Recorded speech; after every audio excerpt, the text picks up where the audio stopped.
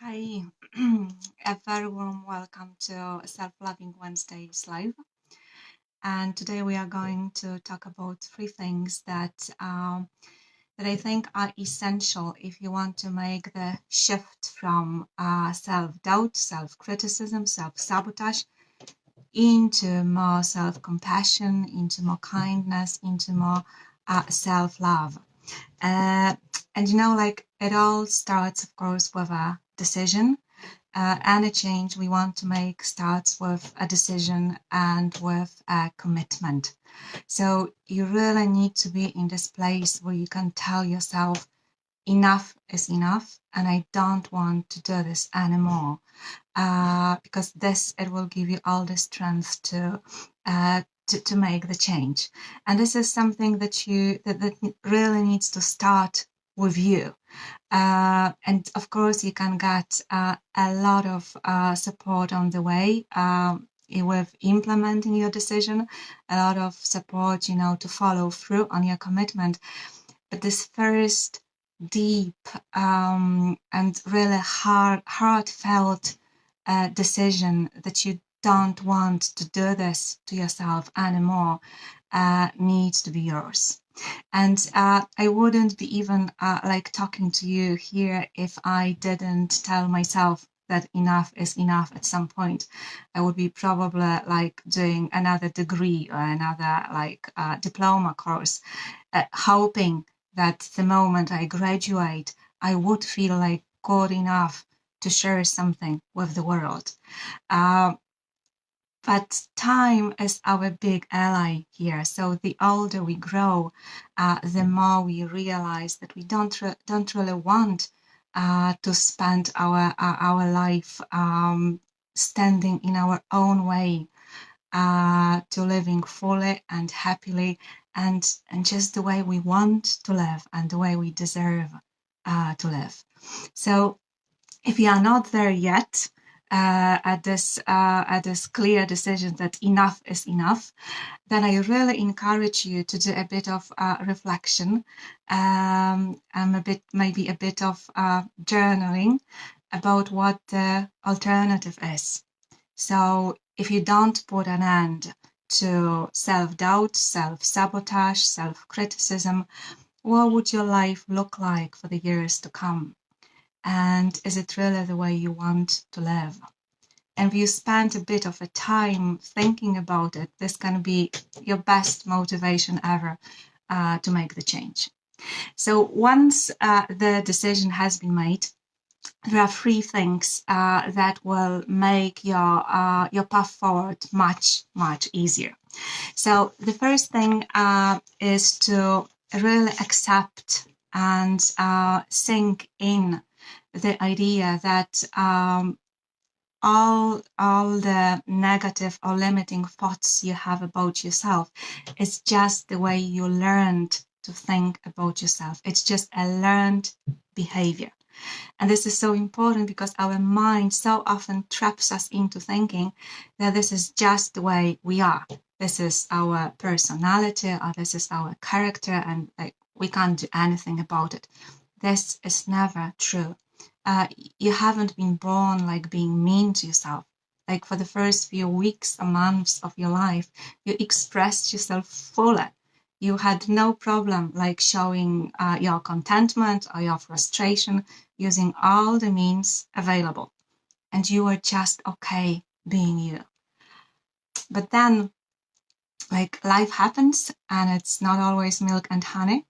And you know, we were not always seen or heard or loved or taken care of the way we really needed to. And that's why we started to create thoughts and make assumptions that were very far from positive, and our journey into self-criticism, self-sabotage, and self-doubt started. But it is like all the limiting ways, all those disrespectful, demeaning, limiting or negative ways you think about yourself, they are all just the ways you learned to think. And what is learned can be unlearned. and in psychology we call it like neuroplasticity of the brain, and it is that your brain has the capacity to really reorganize all the internal networks and all the internal maps, so it can be really retrained and rewired, and you have huge power over what's going on in there. So this is the first step, to really reclaim your power over what's going on in your thoughts and in your beliefs. And once you do this, the next step is to remember about the fact that we are all just human. So, all this negativity, all this drama, all this self-sabotage going inside you is not your fault.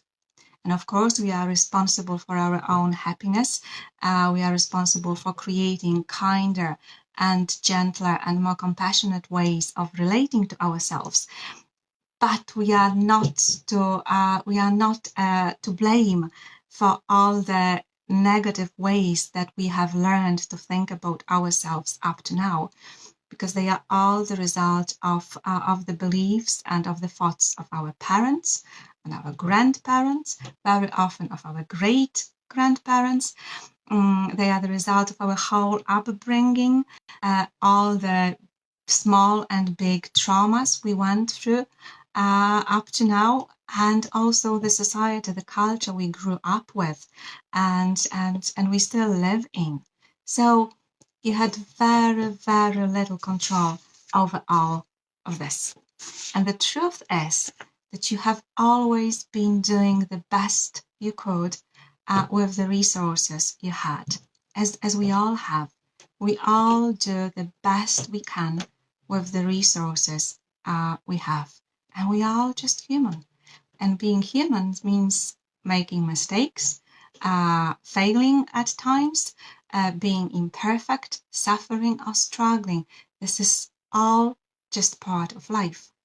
The problem is that very often when we are going through a difficult time, we kind of have this pervasive thought that it is just us. So it seems like that the whole world is doing great, or at least much better than we are. All the other people are coping just fine, or at least much better than we are. And we are just the only one who is not coping with the whole situation. So the assumption is there must be something wrong with us, but it's just all absurd, isn't it? So just to remember that it's not you, that it's just life, that it's just what being human is very helpful, and it will help you not only to have more compassion and understanding for yourself at all those difficult moments, but also to connect or to stay connected to others and to reach out for help and to receive help graciously, because like we are all in the same boat. So you might be struggling now and I might be struggling next month, but we all need one another. Yes, so this is step number 2, and then step number 3, which is like the heart of all this really, is the loving kindness. And you can call it just kindness or just love or compassion, whatever word resonates with you. But it's about really practicing this feeling of being non-judgmental, non-critical, and instead having warmth and appreciation and open-heartedness. And I'm sure you've experienced many moments in your life when this feeling was very vivid and intense. And because sometimes it's very difficult if we are used to thinking about ourselves in a very negative way, if we feel doubtful, unsure, self-conscious, sometimes we have even a lot of shame around ourselves, and it's not easy to change the way we feel about ourselves completely. So then you can use the loving kindness that you experienced in many different situations in life as your anchor. So you can use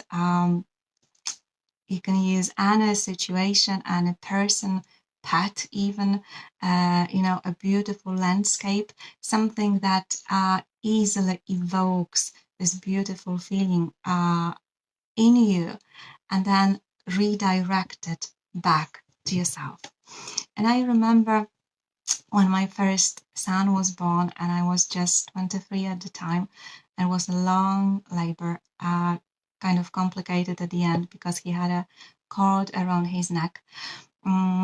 So they were preparing me for a C-section, but I was lucky to have a brilliant doctor with me who literally just used his elbow to push him out of my belly.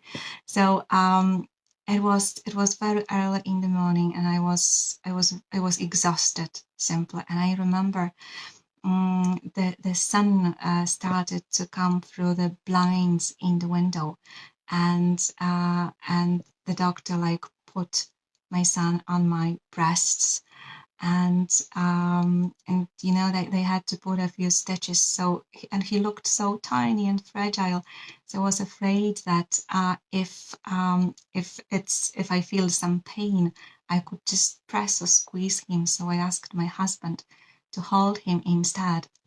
So there were just three of us, me, my little baby lying on my breasts, and my husband holding him. And I realized that my husband was crying as I saw the tears dropping on my son's head.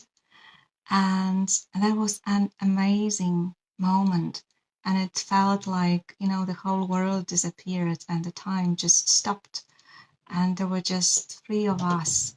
And this beautiful feeling of love and appreciation and just wonder that filled my heart.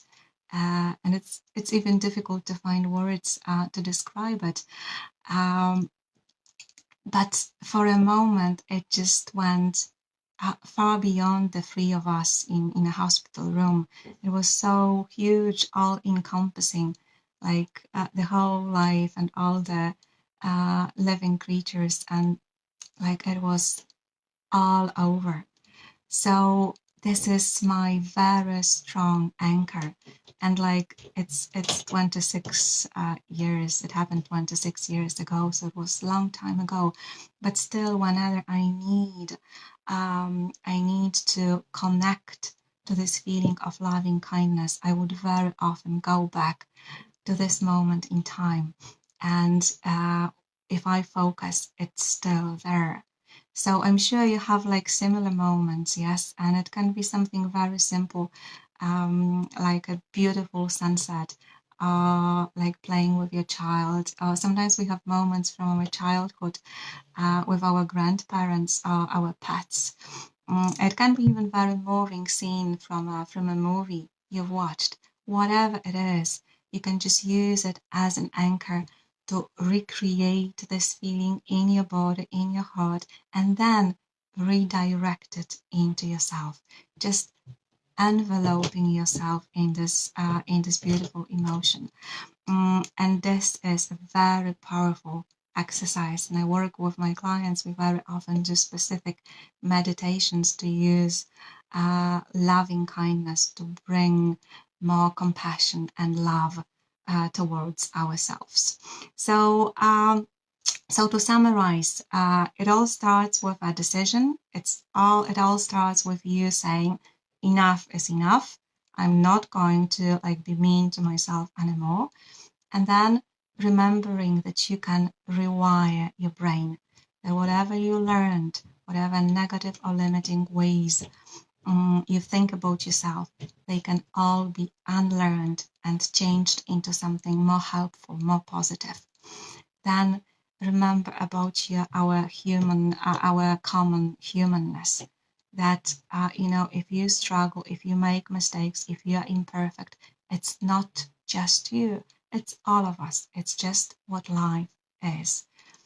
And number 3, the loving kindness. Just practice loving kindness as many times, as often as you can.